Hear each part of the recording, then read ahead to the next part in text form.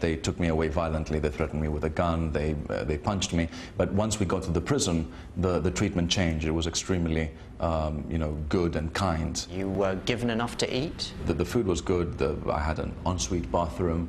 I certainly received treatment that was not consistent with what Iranian political prisoners would be receiving. You were alone the entire time that you were in prison? I was kept 18 days alone in solitary confinement. I didn't have any access to news. It was a complete news blackout. And that was part of the strategy of socializing me only through my interrogators, so that I would be more ready to speak to them. They were the only human beings that I could have meaningful conversation with. Could you physically see them? I had to face a wall and I had to wear a blindfold whenever I moved from my cell to the interrogation room or anywhere else, because I was in a part of the prison that was controlled by the intelligence ministry. But later on, when there was a breakthrough with my second group of interrogators, and we finally started having eye contact, they put on surgical masks so that they would hide their features, and we actually managed to speak with each other and look at each other. Could you hear other things in the prison, in Evin prison? Because we know it's where many political prisoners are being held.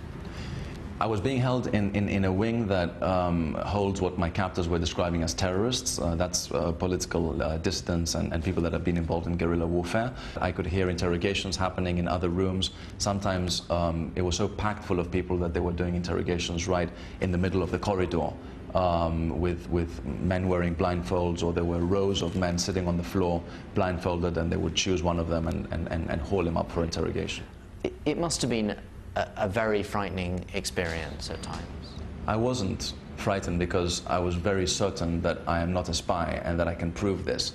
I was extremely curious to see what evidence they had against me, and it turned out that the sum of their evidence was 2 surveillance photos taken of me in 2005 at a conference in Qom, speaking to a British diplomat surrounded by people. And I said to them, well, if that's your evidence that I'm a spy, then I probably was also in contact with 30 other embassies, so I must have been a spy for them too.